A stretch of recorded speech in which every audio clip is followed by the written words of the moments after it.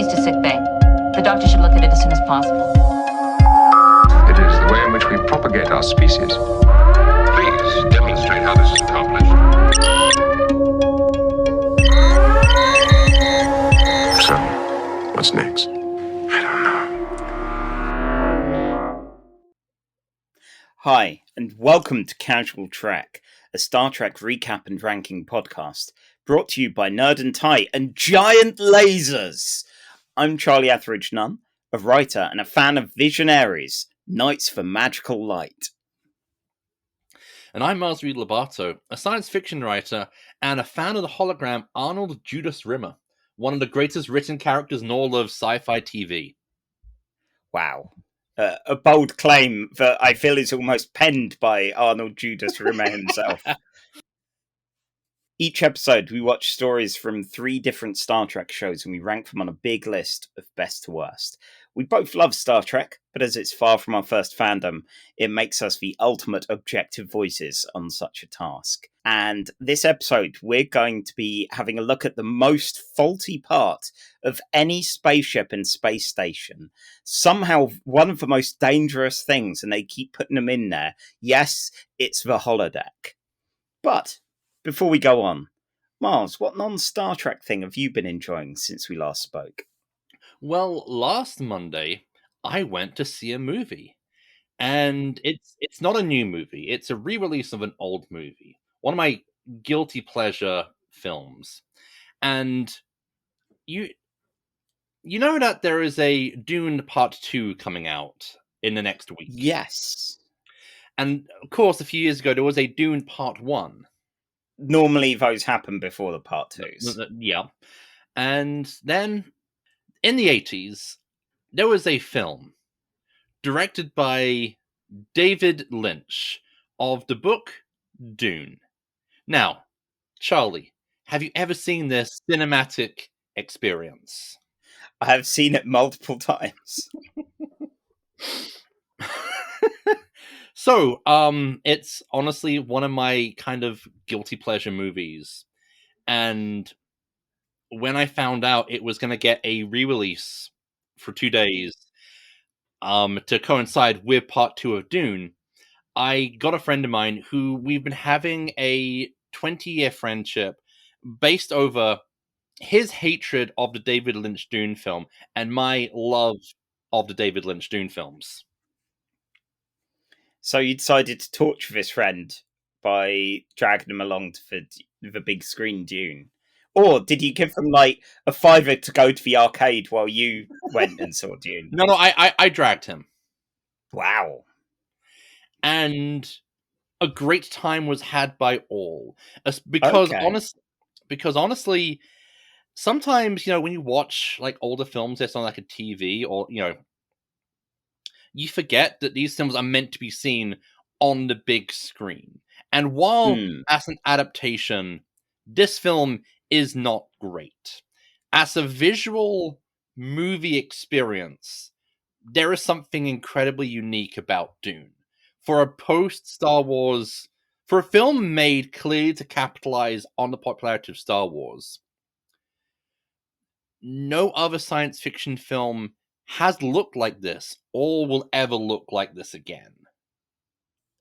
As much as I liked the Villeneuve Dune Part 1, there are visuals from Lynch's Dune which stick with me to this day, even though the last time I saw it was, I don't know, at least 15 years ago. I will be rewatching it at some point soon with all the Dune hype going on. But yeah, it's something where it's so unique and weird.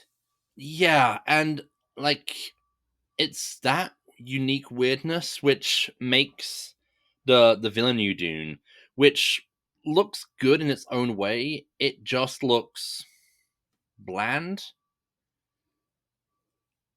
It's just there's no kind of energy to it.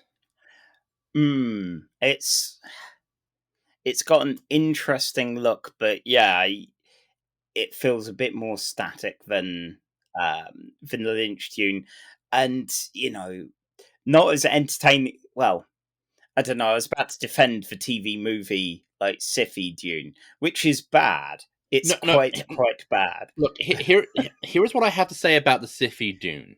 Mm-hmm. We have made no secret of my love of Doctor Who. Yeah. And Doctor Who's ability to make galactic empires out of 10 pounds and some string. Yes, I was definitely. I was editing that episode a few hours before recording. Oh dear God. But when I say that the Dune sci-fi TV series looks cheap, and I mean that in a negative way, I feel like that speaks for itself. It makes Babylon 5 look like The Expanse in the production value stake. Wow. That is the nerdiest burn. Nerd burn. Yeah. Good. So yeah, it sounds like it was a fun time. A fun time was had by all, apart from Sting, who it's quite a surprise that his attempt to emulate David Bowie and get a popular movie career never took off. And I think it's like this, a cameo in The Simpsons, and that might be it. Oh, no, he was in Only Murders in the Building briefly. Oh, God, yeah. How could I forget? Okay, how could I forget that fantastic cameo? Clearly, Sting's best role is comedic versions of Sting. Yeah, exactly.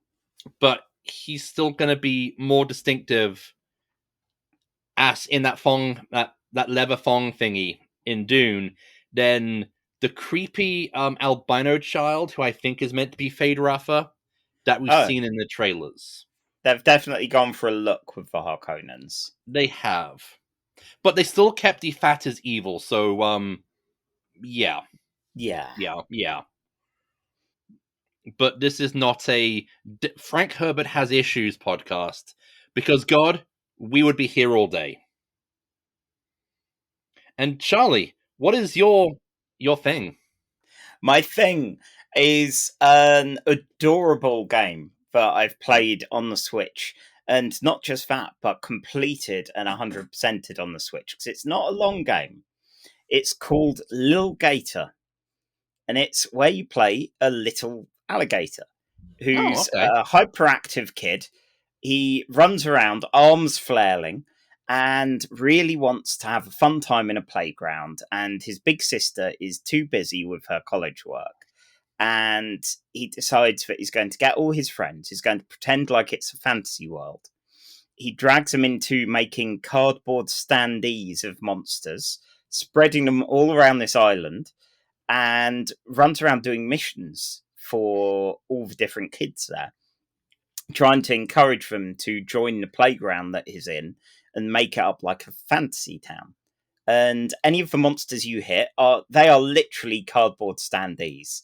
So it's not like anything fights back, but there's a lot of imagination going on from the gator himself and from everyone around. So it's extremely heartwarming, extremely lovely. And just running around being an annoying little brother, smashing everything and crashing into the places. It's very good fun. And yeah, it mustn't have taken me all that many hours to do in the end. See, when you say like little alligator with flailing arms, I can't help but think of Fuecoco from the recent Pokemon game.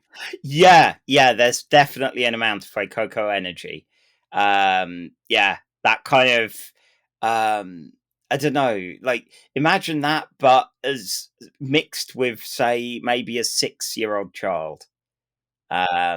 Very hyper, collecting confetti and trying to use it as payment for things.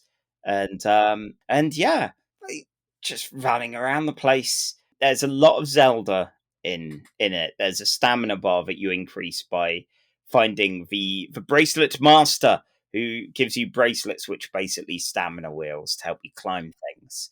And yeah, you get equipment like maybe a paintbrush or like some origami stars to throw at things.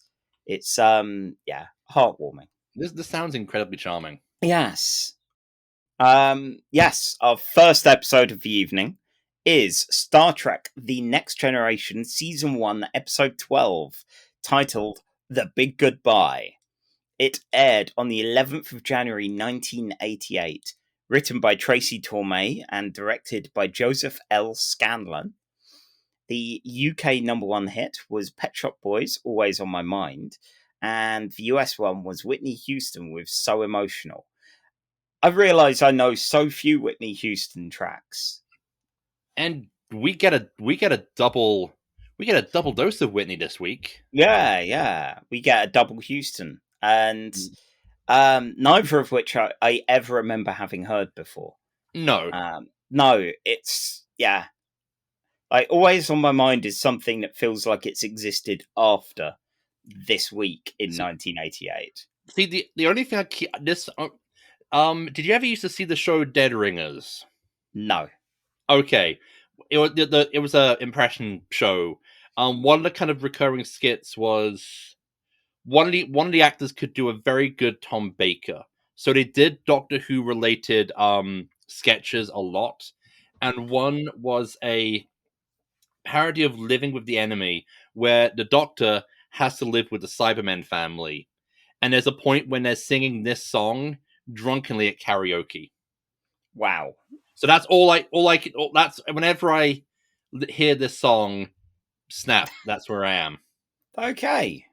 Yeah, I remember listening to Dead Ringers, the radio show, and not caring for it. So I never really... It's one of those sketch shows which, you kind of get a lot, I feel like, in the 90s and 2000s. Once you've seen each sketch like 3 times, you've seen the entire show, because they basically it's the same gag. Yeah. I'm recapping this one, so I need to get my my suit, my fedora, not a milady fedora, but private detective fedora on. And yeah. Okay. I will try and set you up as best I can. Okay. It was cold in the city of San Francisco as Charlie Etheridge Nunn walked into the office, drew on his pipe, drew on the walls, and drew on the light bulb. My God, that man could draw on anything. And then a shot rang out, saying, "This is your landlord. You've got 5 minutes to recount the plot of this episode, you big galoot." Like so. Engage. So, wow, the Enterprise is meeting the Haradans, a very fussy group of insects who require Picard to get the language just right in order to deal with them. He jokes about spelling knife with an N, but he's really stressing out a bit. Troy suggests have some time off in the holodeck, and he knows just where to go. 2 words, Dixon Hill. And yeah, it's not a place. Dixon Hill, he's a hard-boiled detective. He's someone that Picard's a big fan of and has decided to LARP as. He walks into Dixon's office, gets mocked for being in his Starfleet uniform, and marvels at the illusion of everything. This appears to be one of the first times he's been in a holodeck. A dame called Jessica Bradley's in his office. She looks lit like femme fatale, but has a terrible message. Someone's trying to kill her. He'll think about taking the job. She kisses him and says he'll take it. He leaves, but the program's still running, so a Peter Lorre type shows up trying to find him. Picard is thrilled by all of this, loves the holodeck. He won't shut up about it during the team meeting with the bridge crew. He suggests Crusher joins him, and he also wants to bring along their historian/fiction expert, Whelan. Data and the Forge talk about Dixon Hill, and Data downloads all the stories, which were apparently written by Tracy Torme. Hey, he wrote this episode! Picard and Whelan are about to enter the holodeck when Data joins them. Crusher, however, is running late. Now, everyone's all impressed by the holographic street scene. They keep touching things, and Dixon gets a paper from Corman regular Dick Miller, and it says, "Wealthy socialite murdered. Oops. I guess maybe he should have taken that job a bit faster. Oh well.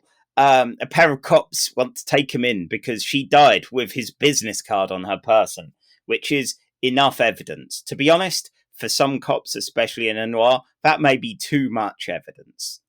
A Haradan probe scans the Enterprise, and it seems to futz with the computer systems, including the holodeck. Crusher finally enters through the doors, and they're acting kind of weird. She meets Data and Whelan, who are still both touching things excitedly. Picard is being interrogated, and Crusher gets upset that she doesn't get to play in that scene. Picard, on the other hand, is enjoying himself and really bad at getting in character. LaForge shows up to collect Picard and take him to speak to the Haradans, as they won't speak to Riker. Understandable sometimes, but still, yeah, the holodeck, it does not respond. Crusher notices the other women in the police station and starts to doll herself up accordingly, only to then get ham-handedly hit on by the desk sergeant. Riker and Wesley go to the holodeck, as if they'd be somehow any better than LaForge at looking at it. And Riker decides best leave Wesley there to help out. You know, he knows a little bit about engineering kind of stuff. Dixon Hill is cut loose, and Whelan is still touching things. Picard sees Crusher, and she wears film noir very well. He's too polite to make like a cartoon wolf, but it's probably for the best anyway, because Data and Whelan are hanging around like really awkward fifth wheels to all of this. The Peter Lorre type is still in the office, and when they all show up, he draws a gun on them. While they're laughing about this, he shoots Whelan in the gut. Uh-oh. This is a real bit of violence going on. Whelan's actually dying now. Apparently there's some kind of idol which his boss, Cyrus Redblock, is after. They don't just come out and say a Maltese falcon, which is brave of them. Picard gives the Peter Lorre type a dry slap and sends him packing. On the ship, they're running out of time, and in the holodeck, Cyrus shows up with the Peter Lorre type, as does Dixon's friend, who's instantly captured by Cyrus's men. Whelan is in a really bad shape. Picard tries to strike a deal with Cyrus, ditching kayfabe, mentioning, we're on a ship, there are riches on there. Wesley tries shutting things off and mentions people inside could vanish. Can a holodeck do that? Is that a thing that can happen? Doesn't matter, he does it anyway. The people are blasted with a snowy wasteland for a moment, and then they're back and the door opens. The Peter Lorre type and Cyrus Redblock step out and fade away, fully aware of their physical destruction. The problem solved, Picard heads up to the bridge saying his special lines, and the Haradans are impressed. He tells Data off for still talking like a gangster, but tells the rest of the bridge crew to step on it like a hypocrite. Charlie. Yo. This might be it. You did it. You did it. You did it in the full 5 minutes. Oh my word! I don't think this. I don't think this has ever happened. Charlie, I'm gonna do for you what the bridge crew did for Picard at the end of the episode. Wow! Well done, sir. Take a bow. Take a bow. Thank you. Now, do you want to thank the Academy and Jesus? No, it's all me. Okay, no all right. Else. Oh, yeah, fuck those guys. So, Charlie, I have a question for you. Mm-hmm. What do you think you would look better in? A proper, cool, film noir Humphrey Bogart style fedora, or a very natty bowler hat like Lawrence Tierney is sporting in this episode? Oh no! See, my heart says Detective Fedora, but my large frame says comedic bowler hat. Your egg-shaped head. Wow! Thanks. Hey, Hercule Poirot has an egg-shaped head, and he did all right. Okay. You just need to work on those moustaches. I know. There are so many iterations of Hercule Poirot. All of them have far better facial hair than me. I'm very jealous of them. Yeah, I did. I was watching this episode with Rihanna. I was like, okay, be honest. What do you think I would look better in? And she also said bowler, which I would find perfectly acceptable if I was dressing as John Steed from the Avengers. Yes. Maybe that's it. Maybe we just need to reclaim the bowler hat. I think we do. You know, go, no, it's not just a weird, slightly funny, antiquated thing. So, in this universe, like, private detective fiction author Tracy Torme, not writer of Star Trek Next Generation Season 1, Episode 12, Big Goodbye, Tracy Torme, wrote all of these kind of stories, and did he ever get sued for plagiarism? Because there's so much that is very obviously taken from other kind of film noir things. Is this just what happens with holodeck programs now? Possibly. Or maybe Maltese Falcon and all that have just been lost to time. It's the knockoffs that happened 200 years later that are the only pop culture they know. You see, so at the same time, given the huge prevalence of hard-boiled pulp detectives, of the Black Mask magazine variety, your Dashiell Hammetts, your Raymond Chandlers, it's you're gonna get your C or D list tier knockoffs who are basically gonna redo the same story with the numbers filed off. How many bad fantasy novels have you read which have basically been either Tolkien or Jordan or Martin with the letters slightly subtly filed away? I mean, I used to read D&D novels so a lot, enough that put me off of high fantasy books for a long time. Yeah, I mean, maybe that's the thing though. Maybe Picard's a hipster. Maybe he's going, everyone and his neighbor has a Black Dahlia. An LA Confidential, anything like that. Me, I've got Dixon Hill. Have you heard of him? No, you've not, have you? Yeah, and sounds like me when I'm talking about Elric. Yeah. Wow. Speaking of which, keep an ear out for Breakfast in the Ruins. Guest appearance from Mars soon. But yes, also, I think I've found a job that normally in Starfleet, it's like, oh my God, they're really good at science. I've never been great at science. They're really good at physical things. And I'm a chunky ogre. They've got a fiction specialist. I mean, I can't imagine they get much work on the Enterprise. But if they're exploring strange new worlds and new civilizations, then you've got to have the guy whose job it is to catalog alien culture and from their fiction. Because if you're gonna understand a culture, there's gonna be a part where you kind of have to understand how their fiction works. I mean, it's like in Macross, the Japanese anime, or it's Western bastardization of Robotech, where the evil Zentradi are defeated not by a huge they're mostly defeated by a giant space fleet in a space battle, but the big thing that turns the tide is 80s J-pop and awakening them to culture. So just in case that kind of thing happens, or in case, I don't know, fairy tales become real or something, you need someone like Whelan who, I guess, survives. They drag him away, so they probably still have their fiction specialist who... I was surprised that he did actually make it. I thought he was dead. I thought he was going to be dead meat for sure. Well, yeah, because I'm pretty sure we don't see him again, so he may as well be dead at that point. Well, and perhaps Picard keeps saying, "Hey, you want to do Dixon Hill? You want to do Dixon Hill?" And Whelan's like, "Fuck off." Yeah, I'm not speaking to you ever again. I know you're the captain. I'll just glare from a different table in 10 forward. The other thing is, watching this and realizing this is halfway through season 1, and holodecks, are they new technology in the Federation here? I don't know, because it just seems kind of like the early, you ever heard of the trope early installment weirdness? Yeah.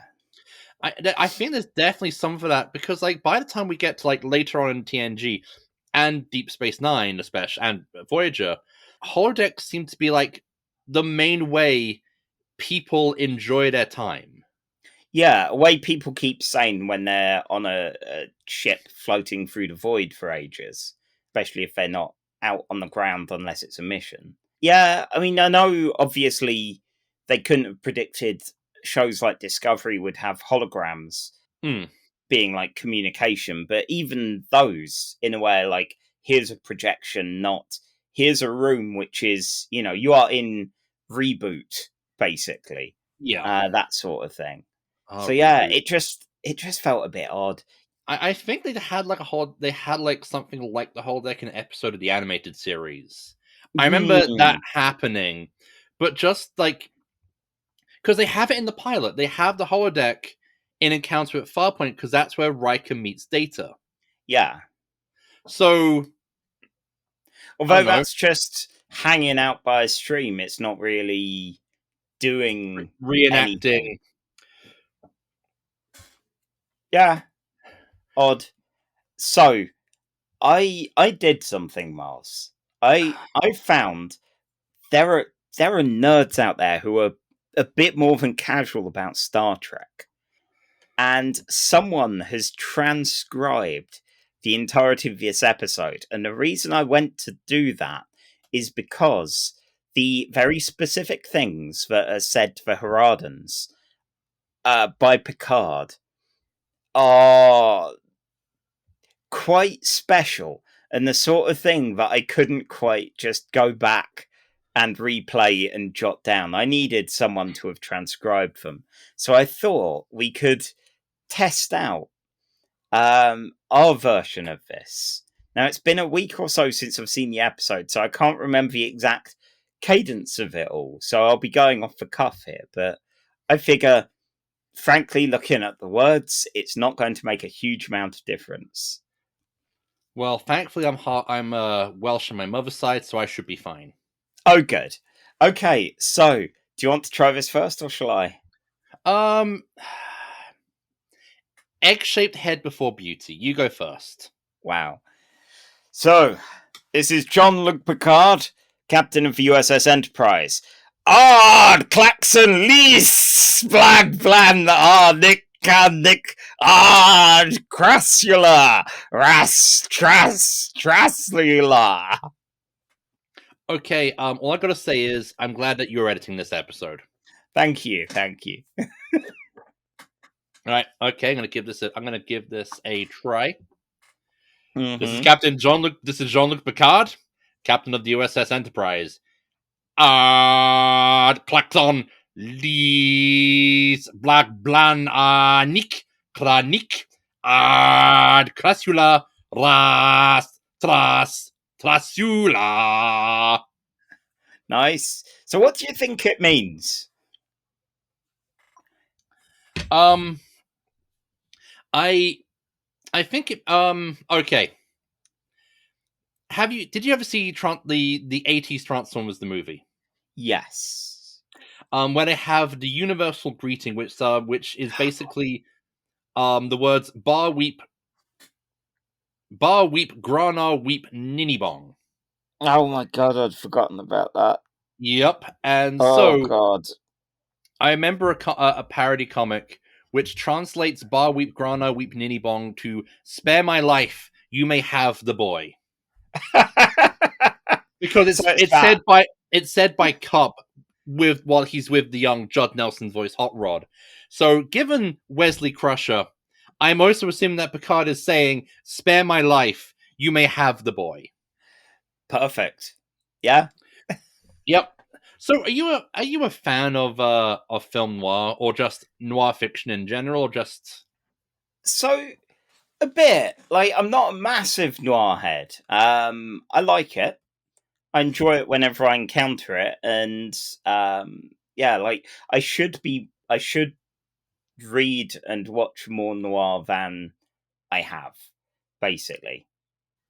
I love LA Confidential. I did a whole module on noir at my media studies A level, where we covered, Maltese Falcon, Chinatown, a lot of classics, and of course I've written a comic called Blob Detective, which is a noir story about a detective who is a blob with no real ability to speak or fine motor skills, and yet he saves the day, and he also fucks a mannequin golem mostly made of legs. Also a torso, but mostly legs. your creative endeavors always strike me as truly terrifying and almost Lovecraftian in its ability to induce madness. I had a moment where I was beginning to wonder, am I going to tank my comics career before it's even started? Oh well, Oh I'll well, submit this anyway. And yeah, you've met Matt. he he I have met enjoyed it. that. Yes. Yeah. Man, I did. You a noir person? I do like my Raymond Chandler. I've read a little bit of Dashiell Hammett. I've read Red Harvest, which Oh is yeah. most famously adapted into Yojimbo Mm. and A Fistful of Dollars. I'm definitely more in the kind of Raymond Chandler where it's relatively grounded and it's more about just the inherent corruption in Los Angeles and one relatively decent man's attempts to deal with this shit and stay like moral. Mm. But yeah, like it's clear, you know, they clearly shot this in like a Paramount backlot, and God, thanks to the HD remaster, all the kind of noir sets looked fantastic. Oh god, yes. Yeah, it looked very nice. Especially for a season 1 episode where you kind of almost give them credit that they're not going to look good. They're not going to afford or afford the money or effort at this point. See, I think that's like it's like you know, like I said, it's clearly probably shot on like a studio backlot. So you've got the location. They probably Mm. have a bunch of cars in like a store in storage. You get your extras. There you go. Looks fantastic. Yeah. Back to the Enterprise looks kind of cheap, but I do But kind of like that enjoy. whole yeah, like that whole last act in the is in the office. Like Yeah, that's the main thing I remembered from it before watching. I was like, oh, there's a police station set, there's a street set. I forgot about these. In my mind's eye, it was just that one the set Office. with it where Okay, yeah. everything goes awry. So yeah, it was Um, it was good fun. I I love the one bit. There's two bits I kind of love about this. One is the bit of comedy where Data gets the light mm, oh to go god, over to yeah. take it over, then unplugs it. He shakes the light while Picard behind him is just kind of getting and is just plugging the light in, and just Data kind of smiles when the light comes on and says, "Ah, I fixed it." Yes. Like I'm not sure if that's like something, you know. It kind of always feels like a very like a moment that was just kind of worked out in filming. And it just looked Yeah. like a nice little bit of, you know, like it's a nice little bit of physical comedy, which isn't incredibly telegraphed, as Star Mm, Trek comedies want to do. And then there's just like this very nice season, like the kind of like like season one is still them getting their vibe, so it feels a lot more earnest than a lot yeah. of TNG kind of gets. So it's kind of nice to have these bits where Troy and Picard are going over the translations, and Picard is just really just kind of frustrated and tired, and he's not just being stoic about it. And then there's just Picard gushing about the holodeck at the meeting. For a moment, when I thought he just had got the meeting together just so he can go, yeah, and I went to the holodeck and it was really cool, and there was a girl there, and we totally made out. That's very nice. We were hoping to talk about fluctuations in the warp core, but yes, I guess we're doing your thing now, Picard.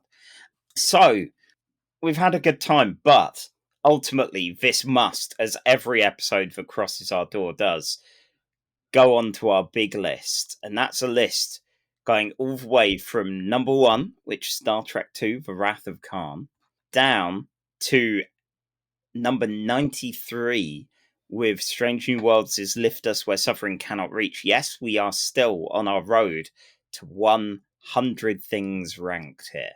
Exciting. Apart from when it actually means we need to watch Threshold, which will be our 100th thing. So, I'm looking at this, and I'm looking at spot number 25, which is TNG's Elementary Dear Data.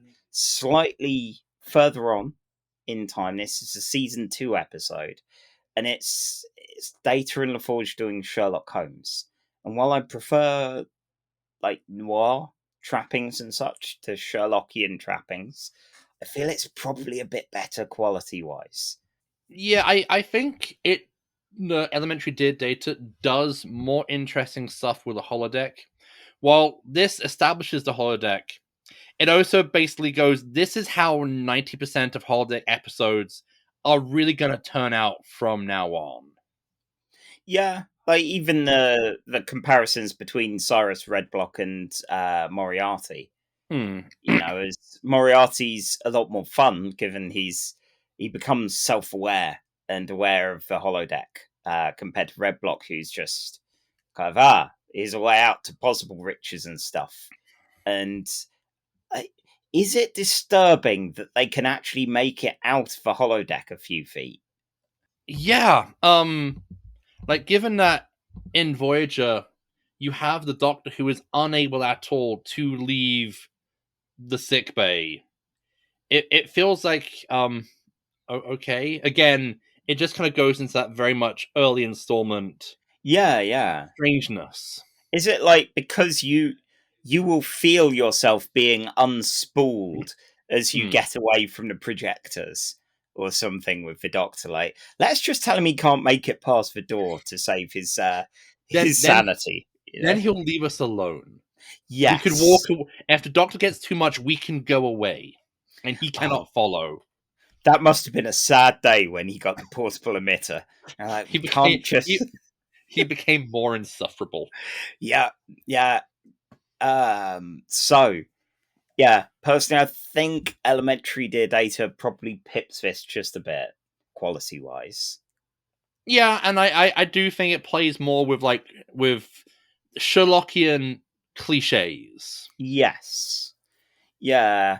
Below that, of course, we've got Crossover, where Odo fucking explodes, which, again, I think it's probably better than this. Let's see. Is there anything just skimming down that strikes as, worth kind of not as good as this?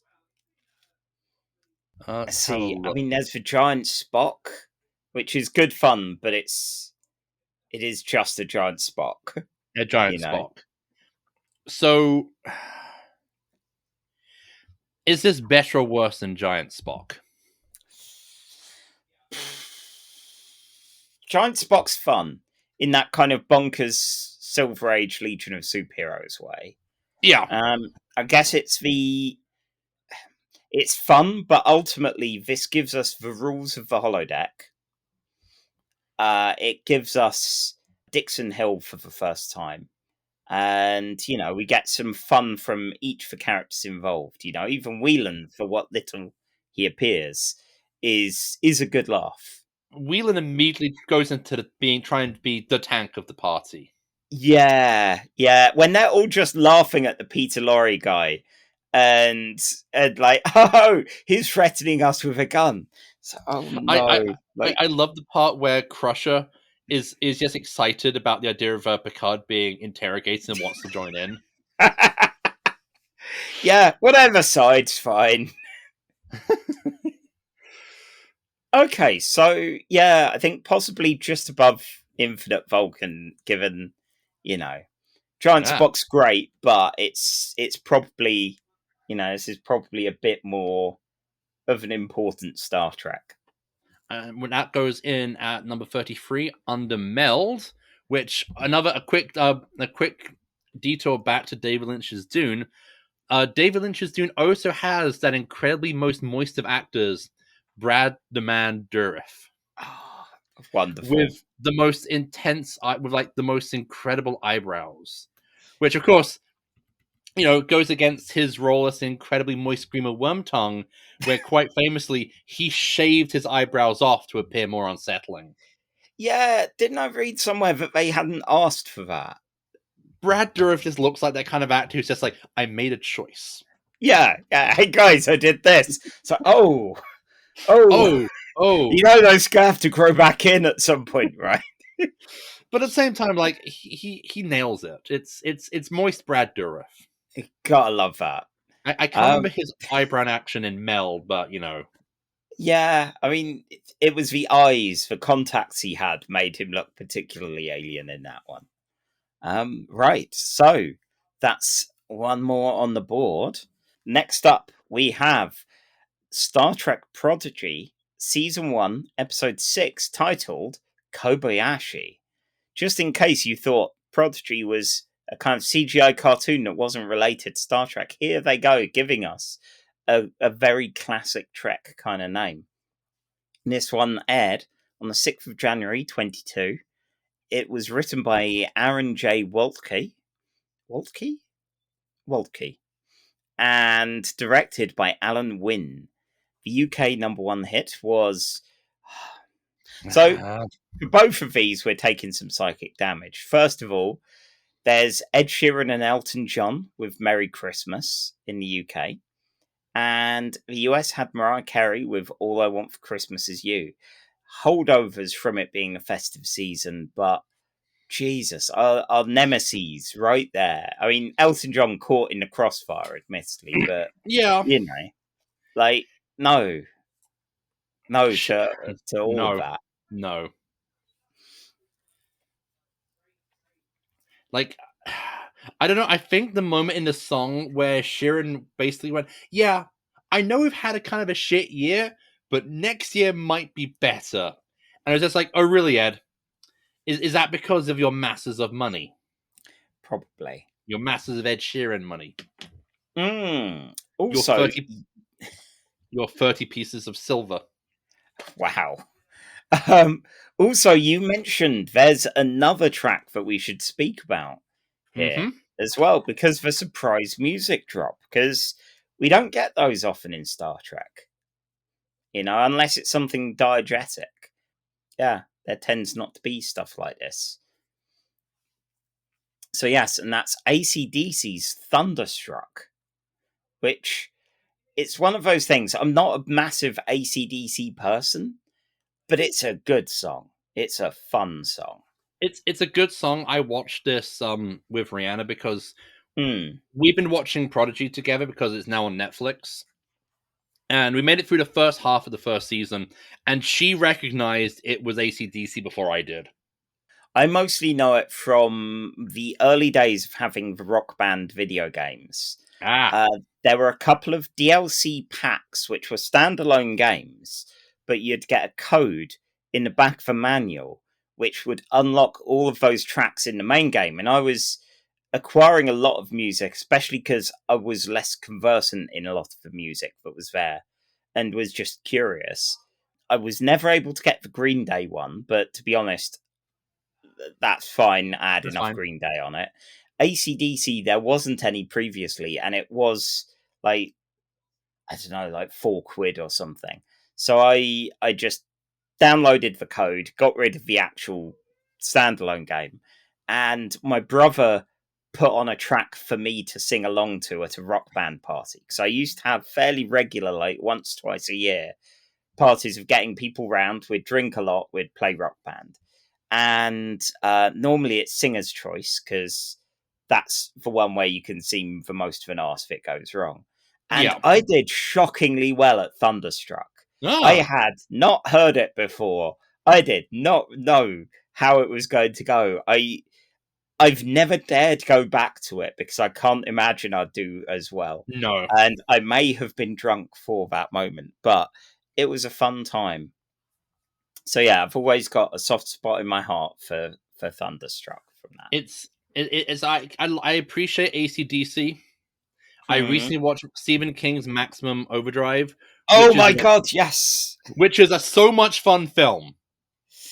I think that might be like I watched it with Rihanna, and we weren't anticipating how much fun we were gonna have. Especially the part where the child gets run over by the lawnmower. We had to rewind and rewatch that because we're like, whoa! Wow. Yeah, okay, so it's my turn. Yeah, your Kobayashi Maru starts now. The protostar has escaped from the diviner, and they had themselves a little bit of downtime. Gwyn is recovering from injuries sustained in the last episode, and Dal comes in to check on her, and Gwyn's like, "Oh, thank you for coming to save me." And Dal's like, "Actually, Hollow Janeway insists we go back for you. You can come out whenever you're ready." To Gwyn's disappointment. Meanwhile, the rest of the crew, apart from Dal, want to go to the Federation and claim refugee status.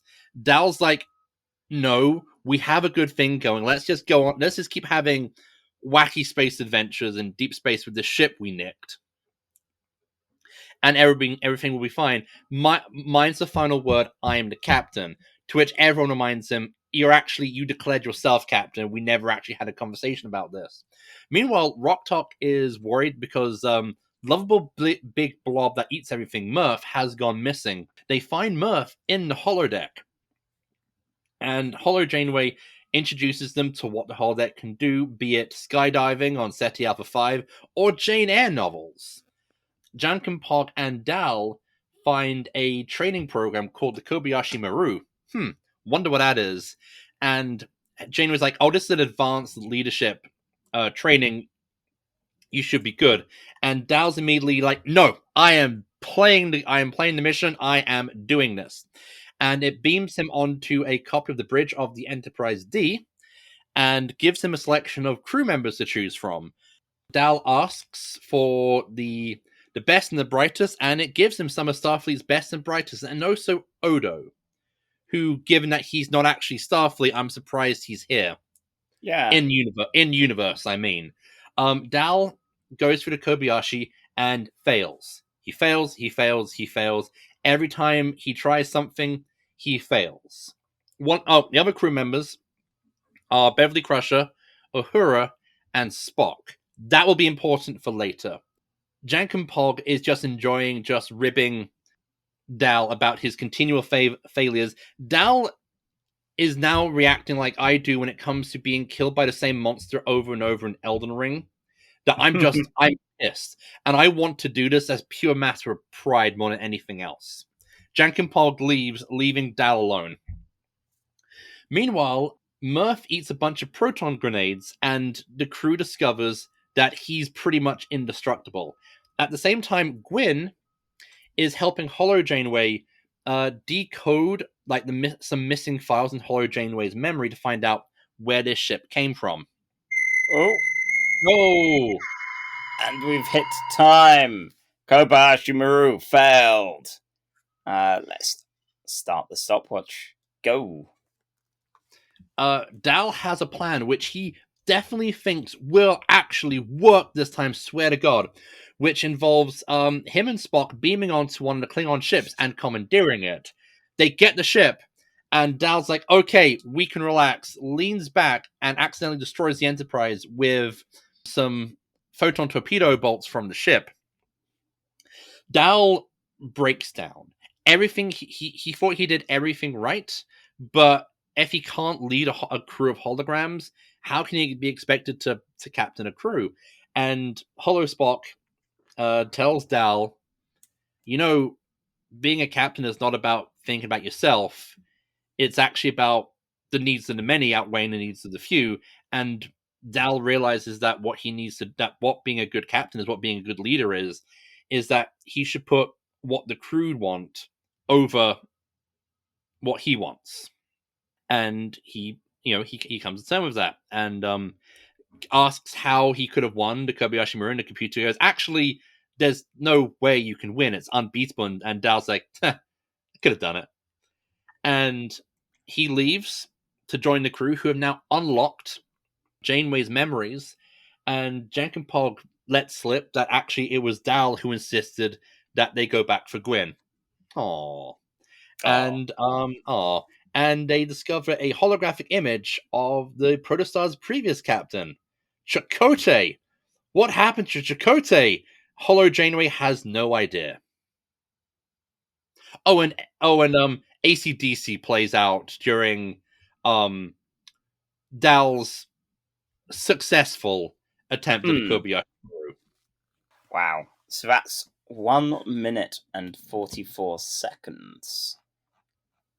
Yeah, so I don't know if it was just me, but seeing the holograms of the crew members, it felt like they remembered each previous run. Like there'd been a persistent memory there because they seemed increasingly exasperated with Dal. Well, Odo's already exasperated from Dal 2 Just minutes by in. everyone. Yeah. Yeah. Maybe like it seems like it, or just like the more increasing ludicrousness of Dal's ideas, which I think culminates into they hide behind the bridge console and just wait for the Klingons to leave. Yeah. Oh dear. Yes, they I liked the kind of hero of the kids show Star Trek thing for kids didn't instantly ace this thing that has stressed out so many people before. That it was that thing of learning that, yeah, this is an unwinnable thing and you need to rely on your crew. I found the voices a bit weird. They use archive footage as multiple actors here have now passed on, and not consistent voices. It's not they. The background noise is different for different clips. I think the one it's most noticeable for is Spock, because they're taking from so much different audio clips of Leonard Nimoy. And he looks like his younger Spock as well. Like still Leonard Nimoy Spock, but a younger Spock, despite the audio including a lot of old Spock, you know? And again, like the mixing for some of those voice samples sound slightly more muffled or slightly less. And when I first heard one of the archived voices, I think it was Uhura who spoke first. I was like, are all of them going to sound that way to cover for taking a clip like that? But no. I didn't mind it so much. Hmm. It's you could pretty like spend a lot to kind of just clean up some of those audio clips, or you could just like let it go and just go, yeah, it's archive footage. We're not archive audio. We're not going to cover. We know you will know. The audience at home knows what it is. We know what it is. Yeah. Why waste time and money? I know. It just, I don't know. I found it a little jarring, and then they actually had Gates McFadden doing Crusher, so she's the only one referring to any kind of key names or phrases or things. Maybe they could have messed with her audio levels for a little bit, here and there, and go, okay, no, make it sound like she's also like that. That would have been good. Just splice in some audio from like the Sexy Ghost episode. Yeah, exactly. Maybe not around Dal. He is a child. I do love how Odo's first response is to quit in moral protest. Yeah, that's very Odo. I assume Starfleet records just pretty much claim him as their own and have him on the database. Like, sorry, Odo, you signed a consent form when you were, first signed up here. Yes, you can have hologram representation. This is why Starfleet wants him to do daily logs, is so they could basically AI clip him. Yeah. Oh, you got to be careful of that sort of thing. So, okay, I know, like, I've gotten the feeling that Dal's not your favorite character in Prodigy, because he's not Jason Mantzoukas. Yeah, so he's not Jack Compog, basically. He's not giving us maximum Derek, and he does kind of fall victim to kind of, I think the same problem that Ezra from Star Wars Rebels has in his early season, in which he's the audience surrogate, and he's basically a little bit of a cocky shit who needs some very severe hard knocks. Yeah. That's very much it. Like, I think I've only made it 8 episodes in through Rebels, so Ezra was very much in that. Again, that kind of you can't tell me what to do, pups. Kind of, I'd wear a backward baseball cap if there were space ones of those. That is irritating. Like, he's not the worst of those that I've seen. And after seeing, I think now 4 episodes of Prodigy and subjecting Emma to about maybe an hour and a half of the video game on the Switch, I believe I will never get her to go back to it. No, it is not a good game. I will say, from having watched the first half of the show, is that I do think that the lessons Dal learns here, for the most part, sticks, because in like the next few episodes, you do see him grow up a little. You do see him take things seriously, adopt like being a leader, and also making moral decisions. A lot stronger than he does beforehand. I liked that it was similar to Boimler trying to speed run and do the Borg scenario really well, and I've definitely been there in trying to go, no, I will complete this, and getting worse. Like you were saying with Elden Ring, doing that with Bloodborne was what made me ultimately bail on it. Or playing Pandemic with my brother and my dad while getting increasingly drunk, lowering the difficulty and still going, no, we must beat this, and we are literally only getting worse. We are more drunk, we're more tired, it's 3 a.m, and my dad's like, no, we're not leaving until we beat this damn disease. I love the part with where he's tired of it, and he's basically, every time they're hearing a distress call from the Kobayashi Maru, like, nope, cut, skip. Where's the skip? Where is the skip button on it? Because like I've had this on so many boss fights. Yeah. Where it's just like, I need to skip this goddamn cutscene. I don't need to go through this one character from Jedi Survivor's backstory. I just want to get to throw my lightsaber at this bastard. And I guess with that, shall we throw this bastard onto the list? Sure. Like, man, what is our highest Prodigy? Let's see. We've only got a few. I should really enable filters on this at some point to better see that kind of thing. We have. I'm scrolling. This is the 3rd episode we've covered. Yeah. It was the 2-parter. The thingy. Lost and Found and Let's Sleep in Borg Lie. Yeah. Wow. So the highest we've got is 76 out of now 94. Wow. Okay. That feels kind of bad, because like Prodigy is a fun Prodigy is a fun show, but it's the same problem we have with Discovery, in which it's so heavy, even though it's a 25-minute kids cartoon, it is very heavily serialized. Yeah. Now, I mean, looking at that, Let Sleeping Borg Lie. Is this better than that?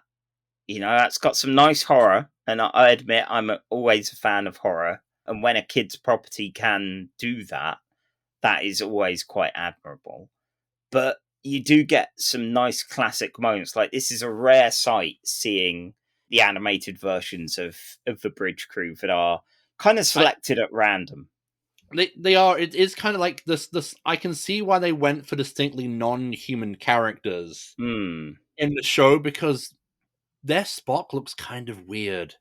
Yeah, like he has a very pointy face.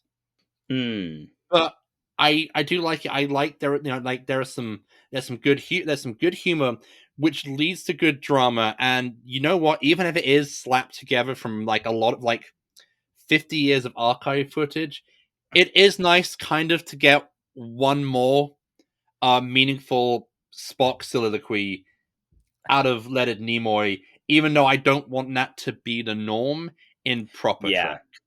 Yes, Because 100%. that's a slippery AI slope. Yeah, I've much more enjoyed when Star Trek recasts or anything like that compared to the modern Star Wars is doing Uncanny Valley CG versions of people. There's always something just slightly unpleasant under the surface there. But with this, since it's inherently already a holographic simulation, it feels like a lot more palatable because it's not actually Spock. It's the computer communicating to Dal through Spock. Yeah. So I'm looking not too far ahead, to be honest, from here. In spot number 69, we have a fistful of datas, some holodeck shenanigans, which was a lot of fun. There's Charlie X as well. We've got some iconic but not necessarily great original series just above here. I'm surprised that Coda beats out on Cat's Paw. Yeah. That's the way the list goes sometimes, I guess. Part of me wants to kind of like put this close to Virtuoso at number 65 because that's the Doctor versus AI art, and there's a lot of that kind of thing here. So, I mean, we've got that. Do you reckon this is better or worse than Virtuoso?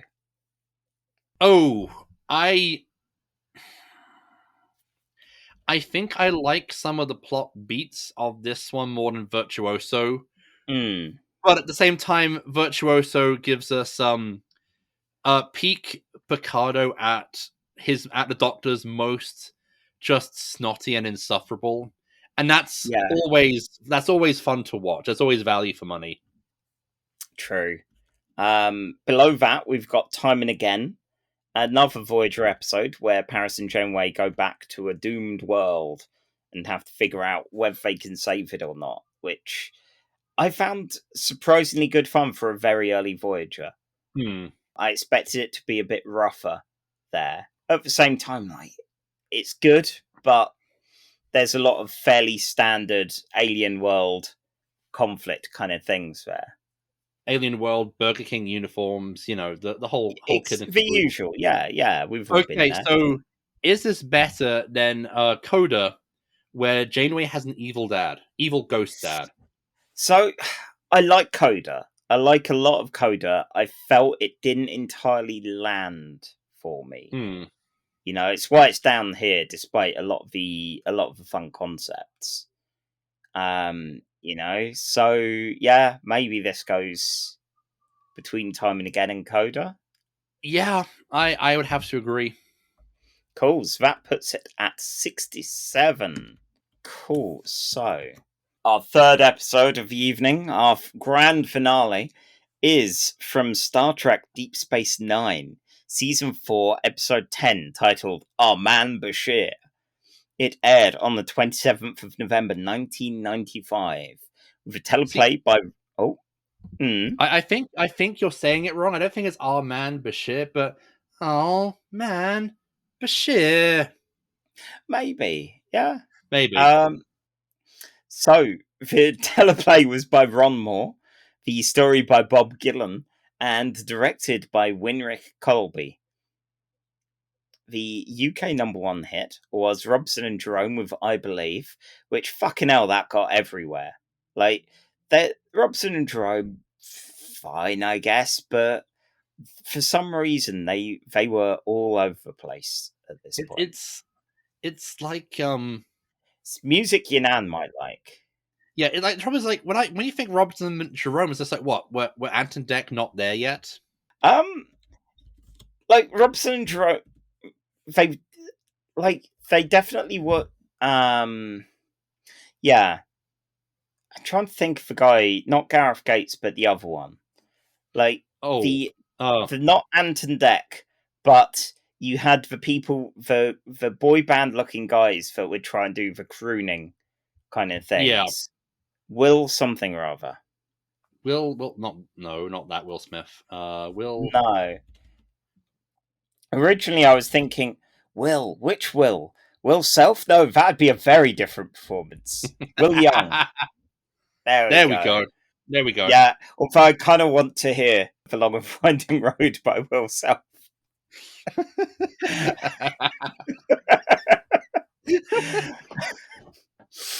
Anyway, yes, there's that from the UK, and the US had another Whitney Houston song with Exhale, the Shoop Shoop song.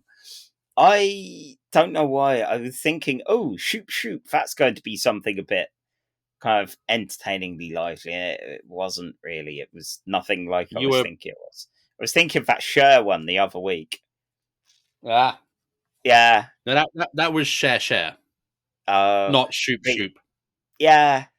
Again, like that thing of, for me at least, before Britpop hit in earnest, and a lot of kind of other music from the mid late 90s kind of growing, a lot of what came before from the 70s and the 80s, you've got some classics, and then you've got this level of thing which people must have liked back then, because these were number ones. But anyway, okay, with Whitney Houston, I get it, but Robinson and Jerome, I'm sure like most of our listeners are going, what the fuck are they talking about? Who are these people? Yeah, one of them is was it Bronn in Game of Thrones, the mercenary guy? Oh, okay. Yeah. Wow. Yeah. See, feeling like weird, like British ephemera, which I wish was number one on an episode we watch, is like the Wombles. Because I just want to, I just love trying to explain the Wombles to Americans, or Grange Hill, or Biker Grove, or Anton Deck. I need something new. I had to explain Britpop last week to co-workers. Oh no! Wow. Because I was around for that period of music, basically. Yeah. That said, you mentioned Biker Grove, and it's just unlocked something in my mind. No. There's a Kickstarter currently on, because we're in February at the moment, and Zine Quest is a thing where people do little RPG things. Someone has made a horror RPG drawing on all manner of weird folk kind of horror things, and Biker Grove. And I was like, oh no. Wow, there we go. There's for horror. Does PJ get blinded by a Lovecraftian menace that tears his eyes out, and not a paintball accident? Maybe. All right. So I suppose we got to go on with this. So okay. So Our Man Bashir. Our Man Bashir, which you're narrating, but hang on a second. Let me get into appropriate character one more time. Uh-oh. Good evening, Mr. Etheridge Nunn. Your mission, should you choose to accept it, is to recap the Star Trek Deep Space Nine episode Our Man Bashir in 5 minutes or less. If you manage to fail this and are caught or killed, the Secretary will disavow any knowledge of your actions. Good luck, Charlie. Wow. Okay, so smash! A goon with an eye patch goes through some glass, thrown through it by Julian Bashir, dressed up all Bond-like. He even quips after knocking the guy out with a champagne cork and kisses a random blonde. He gets very patronisingly applauded by Garak, who's very upset that Bashir hasn't been hanging out with him. Instead, he's been making time with his James Bond simulator. He's gloriously catty, especially when he sees the massive Kowloon apartment and Bashir's valet. Mona loves it. And yeah, Garak's like, maybe I've been doing spying wrong. What a name. Back on DS9, or near DS9, Sisko, Kira, Worf, Dax, and O'Brien are all on their way back to the station after having done something very important that evidently didn't need Bashir. Their shuttle's been sabotaged, and they beam off as it explodes, and they're gone? Weird. O'Brien's understudy, Michael Eddington, has their rapidly deteriorating signals in the pattern buffer and needs to put them somewhere. He jettisons all of the station's memory to put them there, and all the lights go off. And it seems to have worked. The holosuite, however, is still going on, and in Kowloon, Bashir's bar rotates, and there's a woman there in a revealing dress and an incredibly bad fake Russian accent, and it's Kira. That's weird. She's playing Colonel Anastasia Komanova. Bashir thinks Kira came along to mock him, which is fair, but it's evident this isn't actually normal Kira. Something's up here. Odo calls, and he recognizes Kira even with the terrible accent. That is actual Kira. She and the others are stuck there in the program somehow, and Bashir and Garak need to keep the program going while Eddington figures things out. Sadly, he's no O'Brien, so it may take some time. Komananov has an assignment she wishes to share with British intelligence. There's artificial earthquakes going on and a missing geologist called Dr. Honeybear. It's Dax. They can't sit back and let the program tick over. After all, she might die, and I guess, the world might as well. So, speaking of death, the door opens, and Mona Lovesit's dead body falls in. O'Brien's there. He's playing the part of Falcon, the goon from earlier, with a weird Falcon patterned eye patch. There's some great classic spy action fighting, and Bashir insists they shouldn't kill Falcon because that's still O'Brien in there. And it does look like the safety's off because, of course, the safety's off. On Deep Space Nine, Rom shows Eddington and Odo the holosuite circuits, which are a mess. There's like spatulas and stuff fixing things up because of how cheap Quark is. They find the missing crewmen's bodies are in the holosuite, but their minds are everywhere else. So, in the holosuite, there's a party with go-go dancers. Bashir, Garak, and Komananov bluff their way in to see Dr. Noah and meet Worf, who thinks he's a man called Duchamp. They gamble with him and get enough money to see Dr. Noah and end up gassed into unconsciousness for their trouble. Odo has meanwhile found the sabotages by someone called The True Way, but that's less important. That's a future episode's problem. Instead, Eddington's planning on beaming everyone out using the holosuite to talk to the Defiance transporters and reckons it should work. It'll just take a little time. Elsewhere, Bashir and friends wake up in a large room. Garak has some more notes for Bashir on spy life, but it'll have to wait, as Dr. Hippocrates Noah has arrived. Of course, it's Sisko, and he's brought all the ham to this performance. He is having a real fun time here. He tests Bashir's geology knowledge with a gaudy vase, which apparently shows that they're in a mountaintop facility in Tibet. Komananov asks, is Dr. Noah an anarchist? And he says, pretty much the opposite. Oh no. He's planning to make a new world by lasering the current one open, unleashing molten lava, shrinking the landmass of the Earth, flooding everywhere. His home will be a new island, and he has the finest minds there to repopulate the world. He also knows that this is Bashir, so all of that faking was for nothing. He also has Falcon here, who wants to say some words, mostly through violence. Bashir and Garak? You have failed. Oh no! You are now in Mission Impossible terms. You are now disavowed. You gotta get Ving Rhames and Simon Pegg, and then you have to climb the Large Khalifa building in Dubai. That's how Mission Impossible movies go, right? Yeah, something like that. As long as Tom Cruise gets to do some stunts, they'll write a film around it, and they'll climb for Wiz Khalifa. It'll be fine. I just want to say before I start the timer, I applaud your fortitude to not mention that Mona Lovesit basically falls dead into the room boobs first. Well, I mean, there's little more to her character than the boobs, ultimately. All right, stopwatch going. Go. Okay, so Bashir and Garak are taken underground and tied to one of the giant lasers. Komananov was apparently quite spirited, so Dr. Noah will see that she helps to repopulate the world. He leaves after, usual monologue stuff. Garak is a touch peeved at all of this. He doesn't want to die due to holographic magma just because Bashir won't end the program and murder all his friends. Bashir sees Dr. Honeybear in full science nerd mode. He suggests maybe take those glasses off. Maybe let that hair down. You see, Dr. Noah only wants her for her brain. But Bashir, he likes her for her body.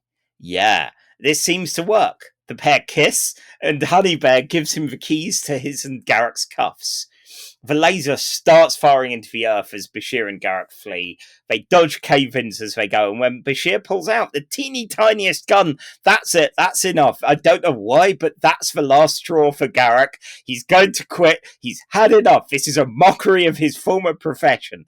He can't stand any of this, and he knows that Bashir doesn't have the stones to make any hard calls. Well, Bashir proves him wrong, shoots him in the neck, not even like in some kind of less important part. He shoots him literally in the neck. Luckily, just wings him, but fucking hell. This proves he's got the stones to complete the mission. Fine, Garak's back on board. The pair burst in on Dr. Noah and the other DS9 staff who are conveniently all here. Eddington calls and says, hey, Bashir, you need to vamp for time for like 2 minutes maybe? And he lets Dr. Noah monologue, which you'd think would last that long, but alas, doesn't quite. When Noah looks like he's going to try and kill Bashir, he decides to pull a twist and sides with Dr. Noah, causing some insane giggling. Bashir even presses the big button that floods the world. You know the one. Noah is pleased with this, but still ultimately wants to kill him because, I've been doing this dance for a while now and he really needs to follow through. But at that moment, the transfer's complete. Cisco and the other crew members that have been trapped in here can be beamed away along with the others. Their minds and bodies are reunited. All is well. Back in the holosuite, Garak's got to admit he was impressed with Bashir's plan, that he's willing to destroy a whole world just to go through with the mission, and likes this occasional escape into fantasy, so he'll play along with these games again. Bashir says, Julian Bashir, secret agent, will return, just like you see in the end credits of every James Bond film. But, after MGM had a bit of a moan about this, no, he won't. The end. 3 minutes and 5 seconds. Oh man, this was a fun one.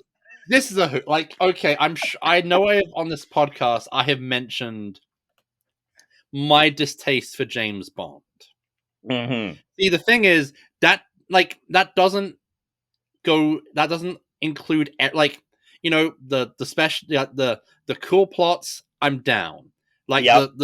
The action sequences, down. Fabulous locales, down.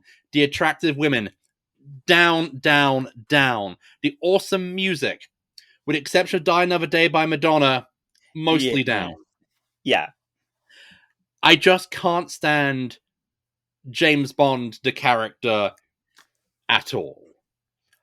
Which is always kind of annoying, because everyone kind of assumes I love James Bond because British. So, how do you feel about Man from U.N.C.L.E.? I know I've seen some Man from U.N.C.L.E. as a kid, but it's always been one I mean to get back. I mean to check out, but just never have the time. And I don't think it's on like a freebie service, unlike The Avengers, of course, Danger Man, starring Patrick McGowan, The Prisoner, which everyone should watch. Yep. Because, there's definite vibes of that here as well, Yeah. Especially when Garak's initially dressed up, him and Bashir do have a very Man from U.N.C.L.E. kind of vibe to them. And, Bashir's generally fairly easily outwitted, which also works for Napoleon Solo as well. But, this was a real joy to watch. I like Bashir, generally in incompetent mode. And here, he just wants to play his game. And it's all gone wrong. It's all gone wrong from Garak coming and criticising it. And you can feel that shame.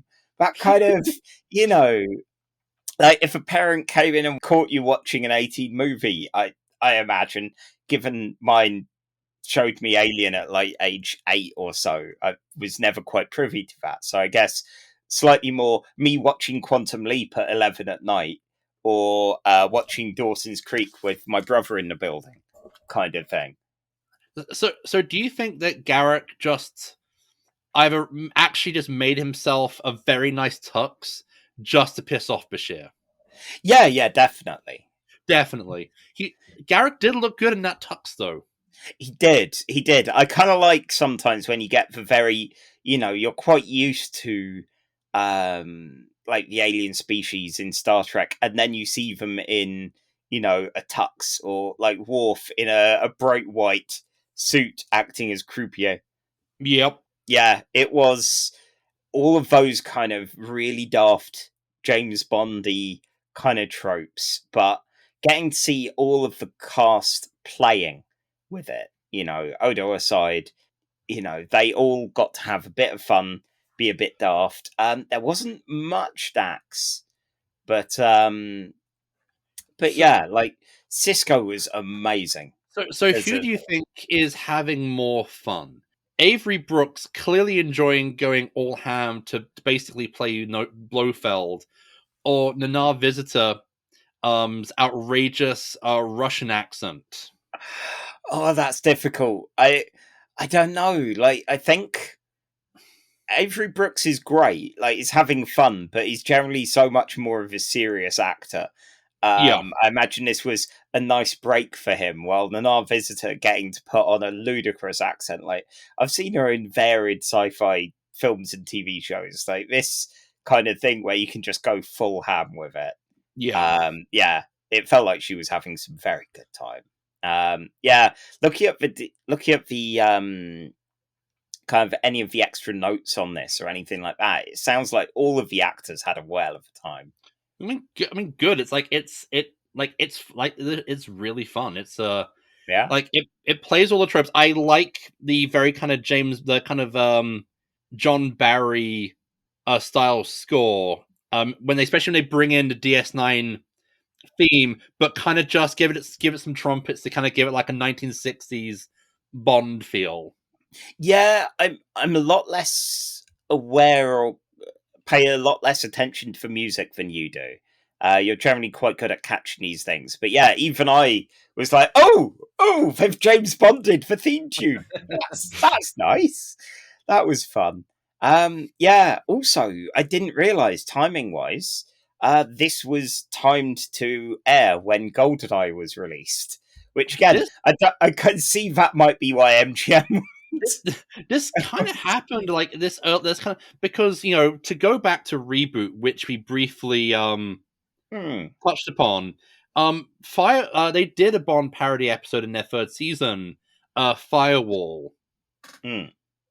Which goes actually one step beyond DS9 by replacing the usual Reboot opening credits with a James Bond style opening, with a song, with flames, with sexy women.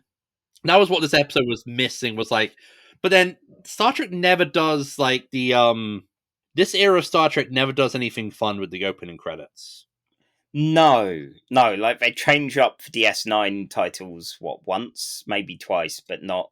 Yeah, there's nothing kind of wacky like that. But yeah, that's a very minor grievance to an otherwise delightful episode. And yeah, seeing Rom and all of the terrible things he's had to do to keep that holosuite going, because Quark will not pay for anything. But also, like, this is Rom, genius savant. Yes. Which I know we definitely see later when he gets out from Quark's shadow. Okay, I have a question for you. Given that I think in a season's time we find out that Bashir is actually genetically enhanced. Yeah.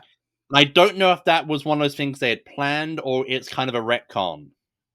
Do you prefer the idea that that Bashir could make that shot in Garak's neck because he's just that good genetically? Or like Bashir actually pulled off something awesome because he's a skilled doctor and just made the shot. So, like, I like Bashir. I'm generally an idiot Bashir truther, really. I fully support. Fine, yes, he could be genetically fantastic, but that doesn't stop you being a bit of a doofus. No. You know? Any of the kind of, oh yes, well, I was faking being rubbish. No. Like, there are some things that I'm sure, yeah, you were downplaying, but for this kind of thing, yeah, while obviously you could go, yes, his genetically superior thing could graze a light amount of skin off there. I think it was a lucky shot that he didn't just fucking ventilate Garak. I think it does go. I think it really plays much more into like I think like the big theme of the episode is Garak's just anger at Bashir treating his profession as a game, and he's continually berating Bashir throughout the episode of going, you just treating this as a game, and not that sometimes you have to make hard, difficult choices, and that you might have to let someone die. For Bashir to turn around and go, I am willing to kill someone to win. And it's just you. it's you. Yeah. Oh, yeah, that was a fun bit of reversal. Because, yeah, I can totally see Garak. Like, if this was a Lecare spy simulator, he'd be more down. If we're in a John Le Carre holosuite, we would not be in the mountain base, up a mountain with lasers. It would be Garak catching Julian Bashir furiously masturbating and crying into, like, an expenses report. Because that's generally as much action as the Le Carre spy novel, especially like the Smileys series, generally gets. True, yeah. Dear, oh dear. Yes. So, anyway, on that note, and that said, as a separate tangent that we had on Messenger recently, there was the talk of the holosuites and how they're a very different experience from the holodeck, and I just feel very sorry for Rom having to mop up anything, and everything in there. I think this is why they unionize. Yeah, that amongst other things. Yeah. Yes, so we ought to put this on the list. So I'm scrolling the fuck up. Yup. Okay. Oh hell. Do you think this is a top 20 or top 30? Top 20?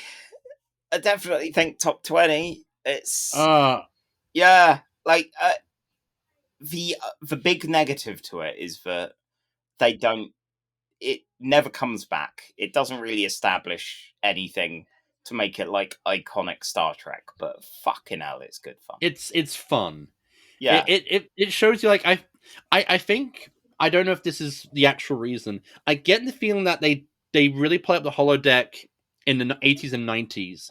It's so, like classic Trek, they're always trying to save on money, and that's where we get gangster planets, that's where we get Roman planets, that's where we get Nazi planets. Yeah, whatever you got a set for. Yeah. So definitely I feel like, let's do a Bond, like we do that. It's like, hey, it's so we don't have a gangster planet again. Like we'll just dick around in the holosuite. Yeah. And I just felt like this was, like, hey, let's just do like Bond's in the zeitgeist right now because of GoldenEye. Best N64 game. One of the best N64 games. But let's just do a Bond episode. Because why not? Let's just have fun. Okay, so looking at fun episodes, there's Subspace Rhapsody from Strange New Worlds for some musical fun, which again casts our main characters in a fun new light. Yeah. Oh, let's see. Okay. This is hard because it really comes down to personal preference. Like, do you like musicals more? Do you like spy films? And like, I love Subspace Rhapsody. Yeah. But like, this is delightful. Like I think it gets all the jokes about Bond that Austin Powers is going to do in a couple of years. Yeah, but it can also be played relatively straight. I think if there's one thing that this beats Subspace Rhapsody about, this one can be seen completely on its own. Subspace Rhapsody is very good, but you kind of need to know an amount of drama that's going on. I think like the biggest thing you need to know about this episode is really Garak. Yeah, who he is, his backstory, but even his history. They deal with enough Yeah. to let it go, to pass. So I might have to agree, like, because it's fun to hold drink down. Yes. I mean, okay, it doesn't have K-pop Klingons. True. But what does?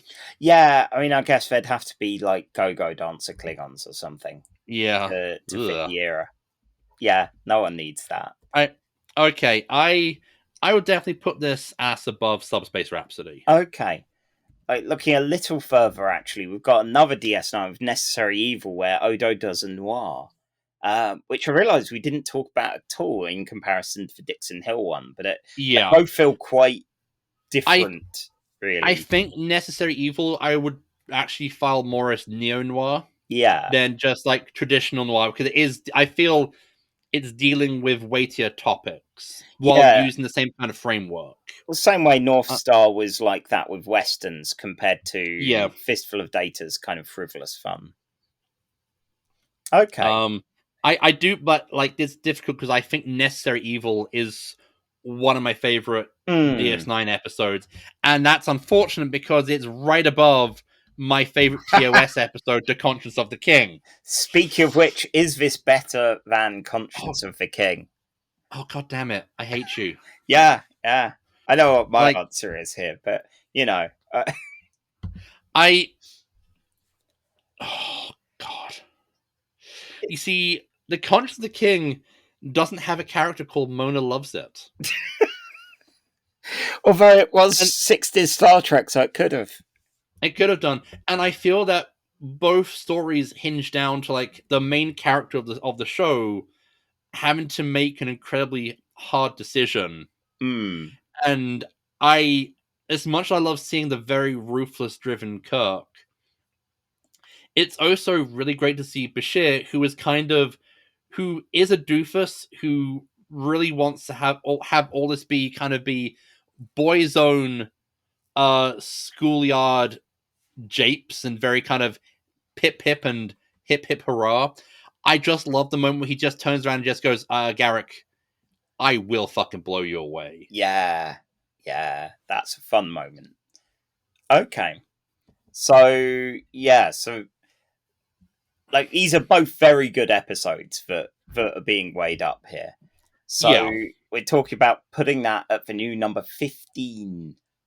Yep. On the list. Okay. Well, there we go. And next episode will be our 97th through 99th episodes ranked on the list on our road to 100. And in case you've forgotten, for our 100th episode, we are devoting an entire episode to Threshold. Yeah. Hopefully we've not bitten off more than we can chew. Hopefully. We'll see. You saw what we were like with Tuvix. Yeah, but at least with Tuvix, we had 2 other episodes to go around it. Here, it's like, can we make an